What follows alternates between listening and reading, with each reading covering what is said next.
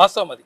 నేను ఇది ఊరికే చెప్పట్లేదు. నేను గతంలో 2 ఎమ్మెల్సీ ఎన్నికలకు దిలీప్ కుమార్ గారు పోటీ చేసినప్పుడు నేను ఇన్ఛార్జిగా ఉన్నాను. అట్లాగే నేను రాజనీతి శాస్త్రంలో నేను అధ్యాపకుడిని, నేను రీసెర్చ్ చేసిన వ్యక్తిని. కాబట్టి ఈ ఓటింగ్, దామాషా పద్ధతి అంటే ఏంటి, ఆర్డర్ ఆఫ్ ప్రయారిటీ అంటే ఏంటి, వీటి మీద పూర్తి అవగాహన, పాలిటిక్స్ ట్రెండ్ కూడా ఉంది. నేను ఇక్కడే కాదు, నేషనల్ మేనిఫెస్టో కమిటీ మెంబర్గా ఉన్నాను కాంగ్రెస్ పార్టీలో. ట్రెండ్ మీద అవగాహన ఉంది.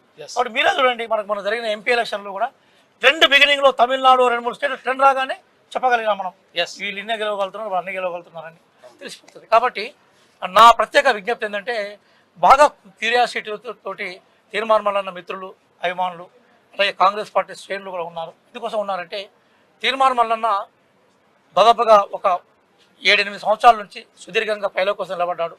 నేను ఆనెస్ట్గా చెప్తున్నాను సుదర్శన్, నా జీవితంలో ఒక వ్యక్తి మీద ఒక వ్యక్తిత్వ హననాన్ని చేసిన కోణంలో ప్రచారం చేయడానికి నేను ఇంత బాగా ఎవరి మీద చూడలేదండి. ఇప్పుడు మీరుంటే సిద్ధాంతాల మీద మాట్లాడండి, తీర్మానం మల్లన్న ఇష్టం లేకుంటే, తీర్మానం మల్లన్న వ్యతిరేకత ఉంటే దాన్ని వీడియో చేయండి, ఇన్ఫర్మేషన్ చేయండి, మీరు హక్కు ఉంటుంది, మనకు కాదండి. కానీ వ్యక్తిత్వ హననం చేయడం ఏదైతే కావాలని చెప్పేసి దుష్ప్రచారం చేయడం, లేని దాన్ని క్రియేట్ చేసి ఏమంటారు, పర్సనాలిటీ అసాసినేషన్ అంటాను. ఇది రాహుల్ గాంధీ మీద కూడా ఇట్లా జరిగింది.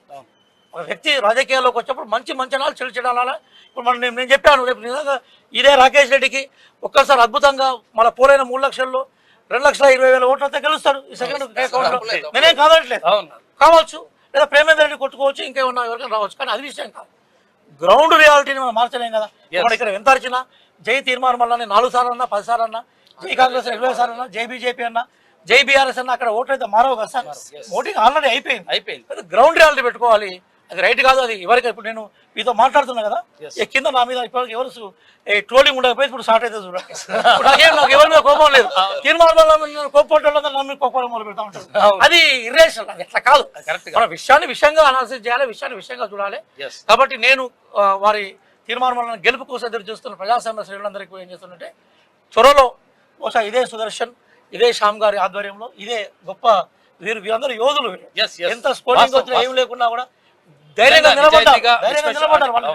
నిజంగా వీళ్ళకి వాళ్ళు అడగండి, వాళ్ళకి ఎవరు ఇచ్చారా, వాళ్ళని తీసుకున్నారా, చాలా ఆనెస్ట్ కదండి. అది రైట్ కాదు. మనం ఐడియాలజీని పెంచుకున్నప్పుడు ఇవన్నీ పోతా ఉంటాయి.